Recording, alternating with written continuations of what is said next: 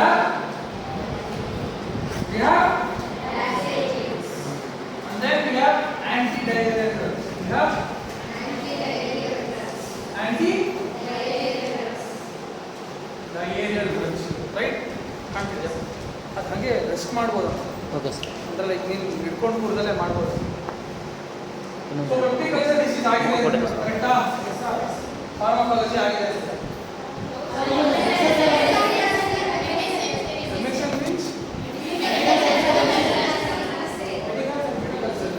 So pharmacology ಆಗಿಲ್ಲ at least ನಮಗೆ. So MS at least ಪೆಪ್ಟಿಕಲ್ಚರ್ ಅಂದರೆ ಏನು ಗೊತ್ತಾಗಿದೆ ಅಲ್ವಾ? ಆಗ್ತಿದೆ ಕರೆಕ್ಟಾಗಿ? ಎಸ್ ಸರ್, ಕರೆಕ್ಟಾಗಿ. Right.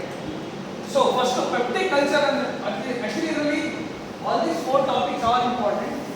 Out of that, peptic-ulcer disease is the most important topic, right? But again, these two are the most common diseases which we see in day-to-day life. Laxatives are used for constipation. Laxatives are used for constipation.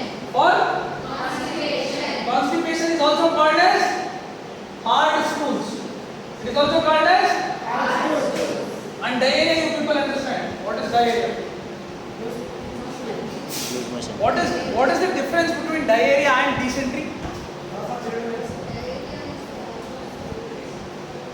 Okay, diarrhea is loss of fluids. What is dysentery?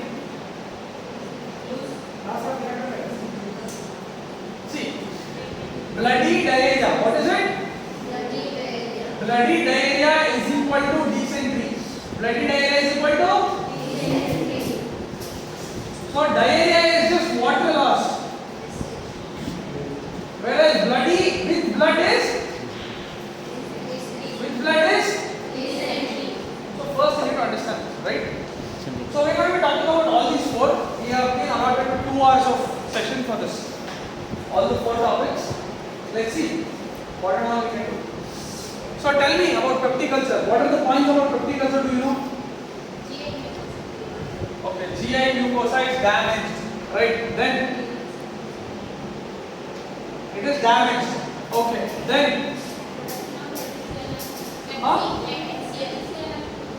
HCl is increased. Okay, right? Then pepsin, right? Pepsin is increased, right? Then that's what? GI mucosa is damaged. Then what else?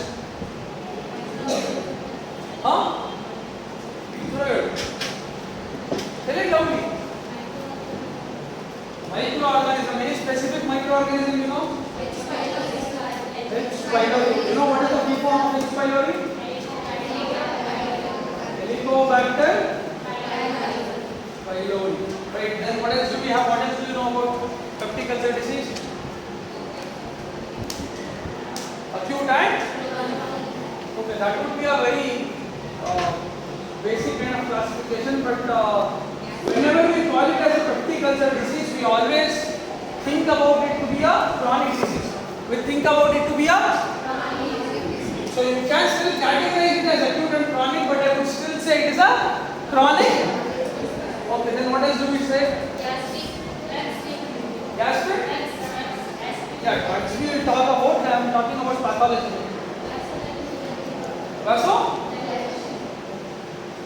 So vasodilation is helpful for pepticulture disease or is it bad for pepticulture disease? It's correct. Increased blood supply, causes pepticulture disease, right? Increased. Okay, then what else? Loss of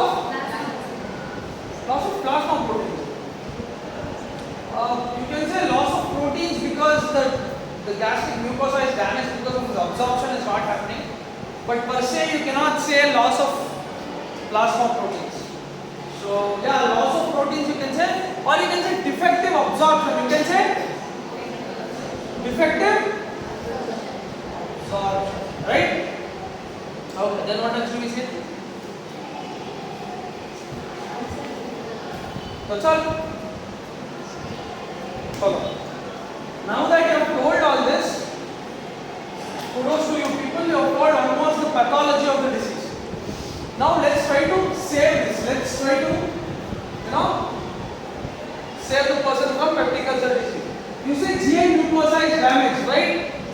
GI mucosa is damaged. If this is the layer of epithelium, if this is the layer of epithelium, and if this is the mucus and mucic layer, and if this is the damage, what can we do? Can we protect it by putting a coat? Can we put a coat? If you put a coat over it, what will happen? It will not be able to act upon it, right? So those are one type of drugs. Those are okay. You said there is increase in HCl. There is increase in HCl. So can we neutralize HCl by giving base? Can we neutralize HCl by giving base? Right? Okay, that is one mode of treatment. I am trying to derive the answers from you people only. You said there is increase HCl. I'll give some base. It is acid. I'll put some base. Neutralize, done. You said GI mucosa is damaged, sir. Acid will act upon the mucosa, it will damage it further. I'll say I'll put a coat on it. If a wall is damaged, I'll paint it. No, like that I'll paint it, done. You said there is increased pepsin. You said there is? Will give H2 antihistaminics will give? Will give? H2 antihistaminics. H2 is a receptor which is present in the GI, which is specifically responsible for increased acid secretion, right? And increased pepsin secretion. So I will block this. I will. If there is more stimulation, there will be more acid or more pepsin. I will block this. What will happen? There will be no secretion. Shabash. You said there will be H. pylori infection. If there is a damaged mucosa over that, you are telling me, sir, there could be a superficial infection because of which? Because of which? Bacteria like H. pylori will attack, will cause a problem. So I will say, okay, give antibiotics. Give? It is a bacteria now, so we will give? Okay. You said there is increased blood supply. You said there is increased blood supply now, which is correct. So what will I do? I give prostaglandin analogs. I give prostaglandin analogs. Now you will ask me why. You will ask? I will say it will cause vasoconstriction. It will cause? It will cause? It will cause? If vasoconstriction happens, there will be decreased blood supply. There will be decreased blood supply. Ultimately, no more acid. This physiological HCl is produced by the mucosa, no? HCl is produced by the cells. There will be a hydrogen channel here. There will be a. If there is more blood, more energy, more HCl production, I will decrease the blood supply. What will happen? Perfect. Defective absorption. Right? There is nothing per se we do for defective absorption. We can give additional nutrition. Like we can give them extra vitamins. We can give them extra minerals. Right? We can give them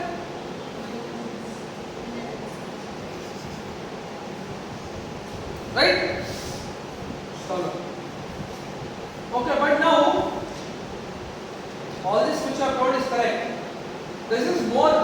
This makes sense. But you still have to work on a lot more things. You have to still work on a lot more things. What does parasympathetic nervous system do to the GI? Does it increase secretion or decrease secretion? I have asked this question multiple times, and if you people can't answer it today, you people are not listening to my class. Increases secretion, correct? So, PNS basically means muscarinic receptors and neuronal receptors and muscarinic receptors.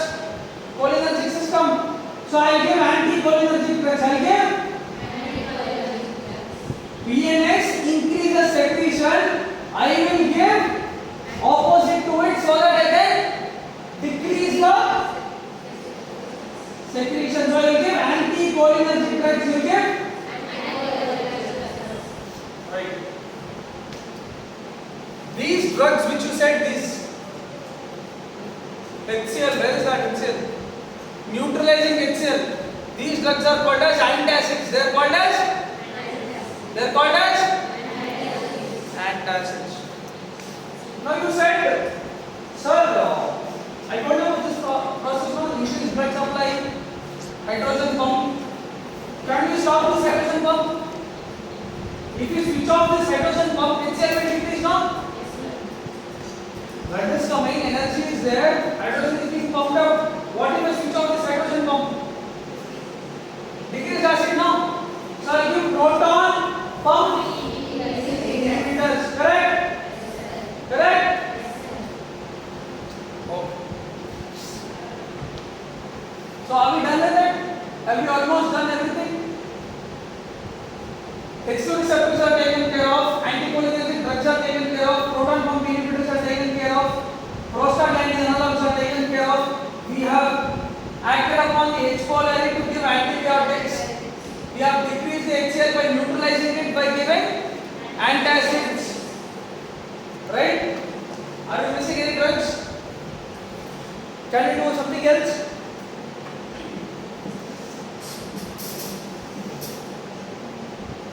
Right. We have successfully summarized. So you people told almost 70% of the mechanism, and we spoke about the drugs there. 30% was this anticholinergic, proton pump inhibitors, and what else?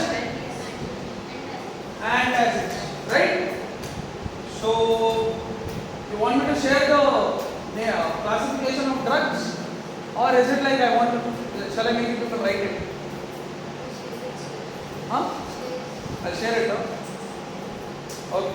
So that see, if I share it now, then I can go to the next topic, anti-emetic. If I make you people write it, then it will take time. Right? I'll share it. Right? So that's all. You try to save the mucosa.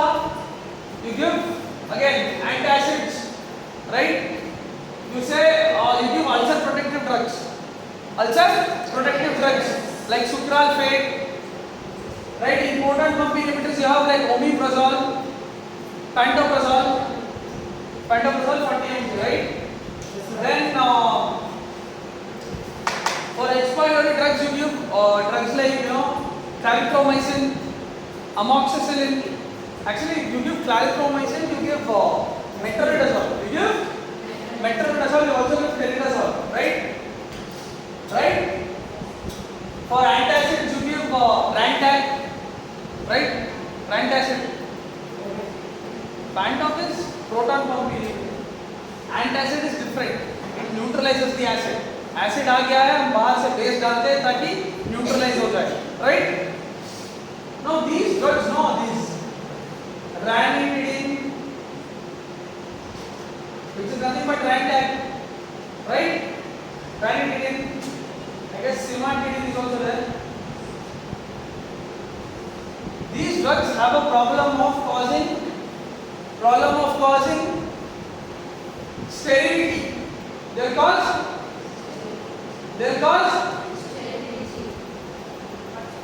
or gynecomastia. They'll cause sterility or gynecomastia. Because of this, these drugs are not chosen very often. Proton pump inhibitors are chosen.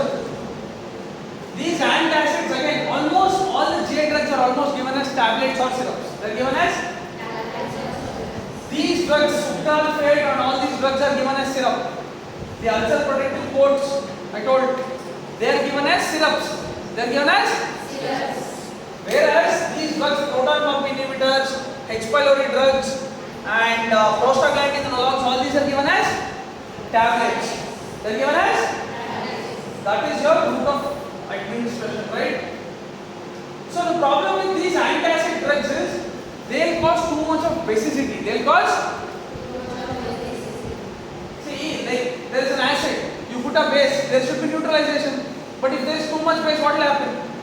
It will become more basic. So these rand acids will ultimately cause more of basicity. They will cause more of basicity. Right? What else do we have? Right. So we'll go to the next class. Next topic. Right? Understood? Yes. Understood? Yes, sir. Right. So the next topic is anti-emetics. What is emesis? What is emesis? What is emesis?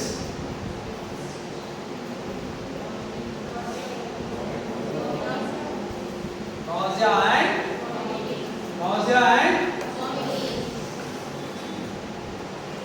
in the brain it is controlled by CTZ center. By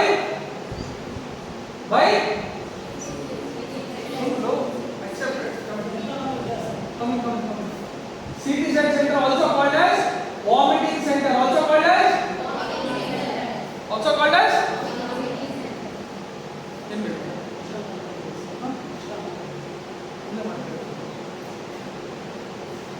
right?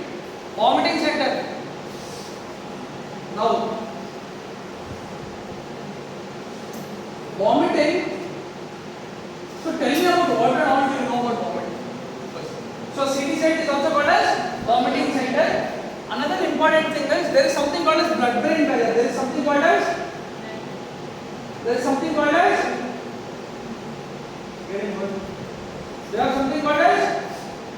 blood-brain barrier. We have something called as which keeps the blood blood can flow to the brain, but whatever goes into the brain is very much selective. It is like a filter. It does not let everything go into the brain. That is the purpose of blood-brain barrier. It is produced by the food process of astrocytes.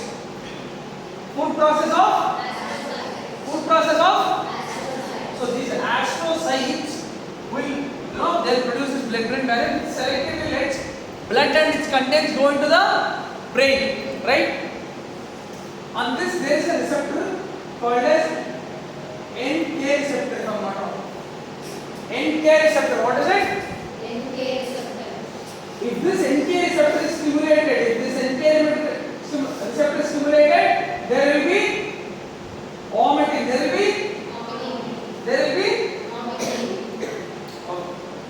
So this is one thing central. This is the central action.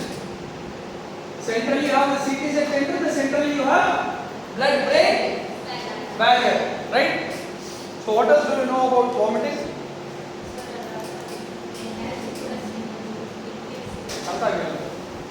Blood-brain barrier is there. Blood-brain barrier ಮೇಲೆ NK1 receptor ಅಂತ ಇರುತ್ತೆ. There is a receptor on the blood-brain barrier. If this NK1 receptor is stimulated by any chemical, it will cause vomiting. It will cause, right? Done. So what is vomiting actually?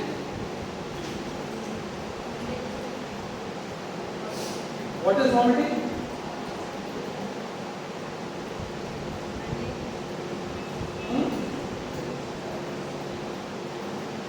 What is vomiting?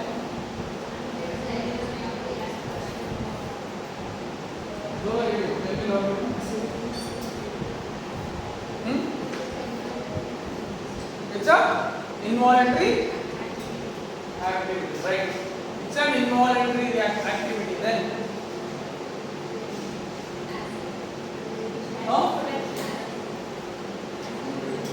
acid production.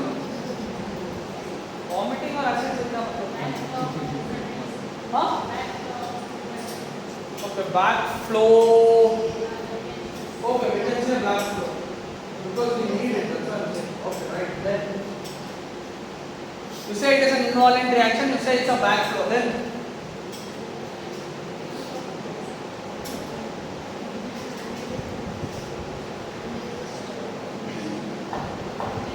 Then internalization. Huh? Feeling of fullness. In vomiting you feel fullness.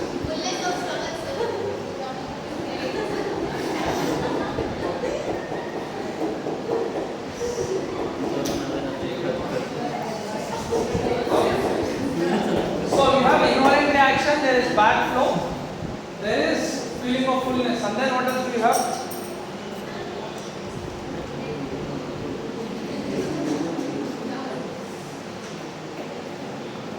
Do you know,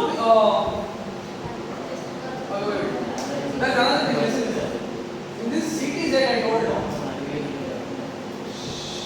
Silence. In CTZ, what I said is complete, but it still has 1 point left. There will be something called as D2 receptor. There will be something called as D stands for dopamine. D stands for? So there will be D2 type of receptor which when stimulated will cause vomiting. CTZ, under CTZ I am telling about specific receptor, that is D2 receptor, right? Okay. Utna hi vomiting, that's all. See, listen. When we are talking about vomiting, there is two problems. There is, like, imagine this to be a pipe. Again, the pipe example. If you divide it into two things, if you take upper GI, you take and you take lower GI, you take lower. See, in upper GI, in lower GI, it's like a traffic jam. It's like a if too much of food is coming in and if everything is jammed here, if in lower GI there should be increased motility, whereas in upper GI there should be less motility. I'll tell you why there should be less motility. See, there is in vomiting is reverse peristalsis. Vomiting is, people did not tell that keyword. It is reverse, correct? What is peristalsis? It's a unidirectional motion which is happening this way, downwards. Peristalsis is the systemic contraction of the upper GI, correct? In vomiting there is reverse contraction. समझ में आ रहा है? Understood? Peristalsis is a unidirectional process where food is contracted downwards, whereas vomiting is a reverse peristalsis, whereas there is reverse type of contraction. So you have to decrease this reverse contraction. So here you have to cause decreased contraction, whereas in lower GI you have to cause increased contraction so that more food is moved downwards to your small intestine, to your large intestine, to your colon. Make sense? So for this we give prokinetic drugs. We give? But for this we give anticholinergic drugs. We give?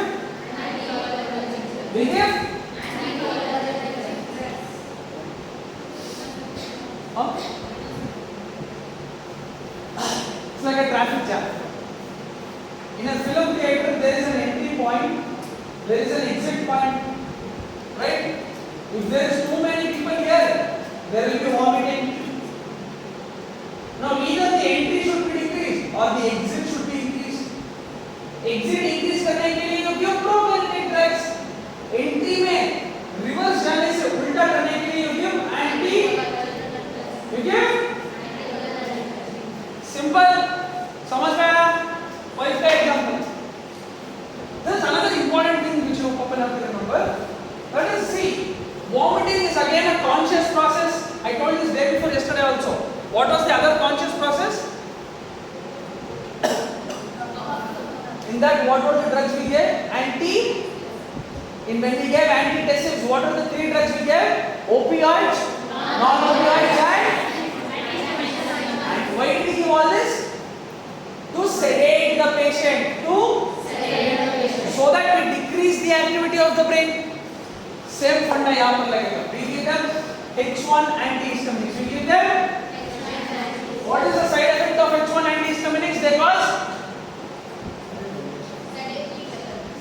sedation.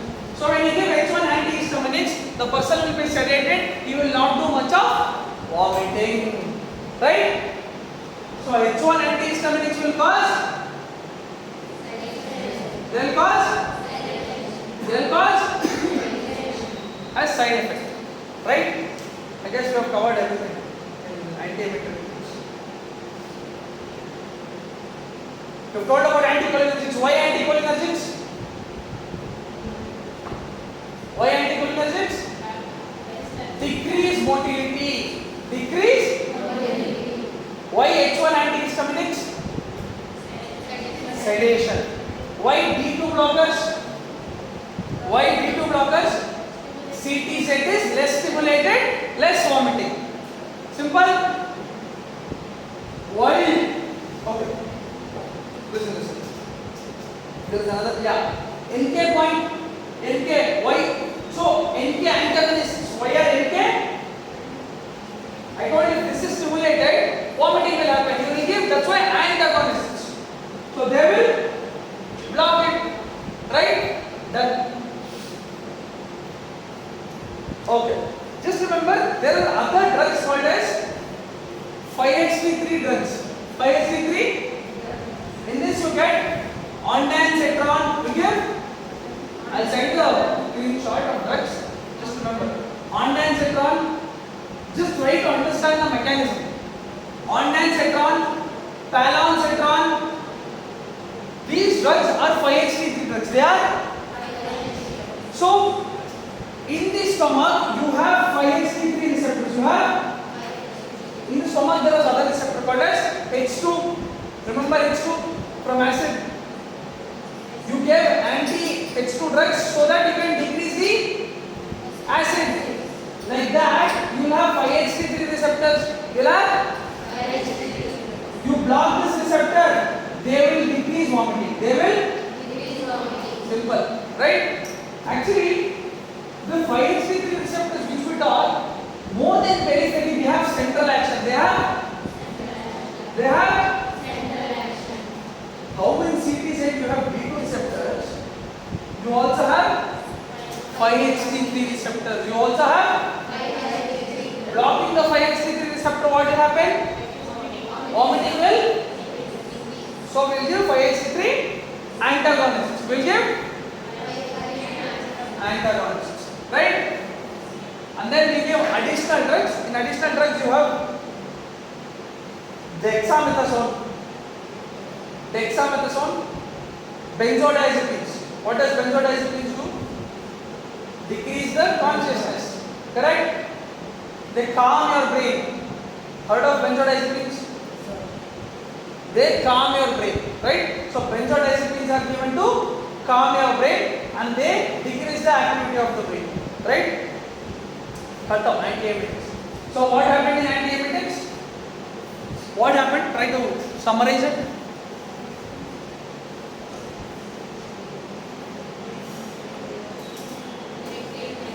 Okay, you go to the blood-brain barrier, you go to the NK receptor, you stop the NK receptor, tell no vomiting. Then CT cell center, you go, you say 5-HT3 receptors, block, no vomiting. Then D2 receptors, block, no vomiting. Then anticholinergics, you tell them, see, it's a reverse peristalsis process. Let's say my food is in the esophagus. Reverse peristalsis is coming to the mouth. I say decrease the motility. Decrease motility does not come up, it goes down. Right. Then what else drugs?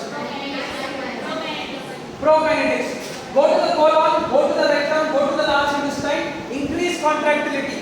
Exit को increase करो. So that more food is pushed to the forward direction. So that more food can be accommodated, right? This example, increase the exit. Then what else? Why antihistamines? Sedate the person. No vomiting, nothing. You'll sleep off, right? What are the drugs in H1 antihistamines mainly? Remember the song? Diphenhydramine, promethazine, diphenhydramine. Diphenhydramine, dimethyl promethazine, hydroxyzine. Right? Okay. Right? Done? Okay.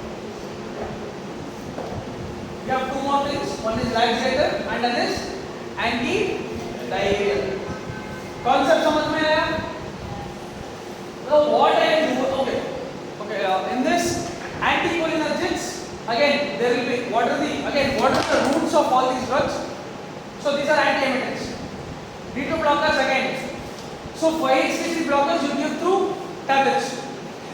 Anticholinergics tablets, right? Then what are the drugs? Yeah, D2 also same almost. Sometimes you can also give IV. Prokinetics are okay. The thing with beauty about prokinetic drugs are they increase the activity of colon, large intestine, no? So what we can do is we can pass a rectal scope. What is that called? One is endoscope, the other one is no, it's not called as rectoscope. You pass the scope through the rectum and then you apply the drug there so that locally you can stimulate it and then you can make sure that there is increased contraction. But yeah, apart from that, you can still give like oral tablets, right? So what? Yeah, same thing. Blood-brain barrier is better than you could give IV. Could give IV, right? H1 antihistamines for tablets. Diphenhydramine tablet for the. One second.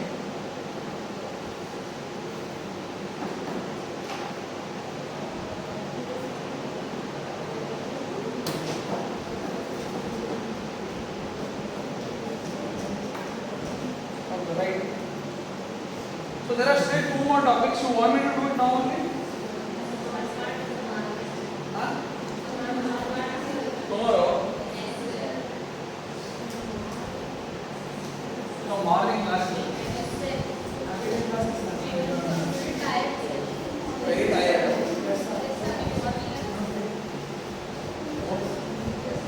By 2 months, I try to come. But you understood now? So we have two more things. One is hard stools, that is constipation, and then we have diarrhea, right? Anti-diarrhea. So your exam results came. Actually, I've been given some papers to correct. I have to do that. I haven't done it at all. Pathology, pharmacology, and stuff. I haven't done it. Some 15 papers are there. I had the last two. 75 marks they got.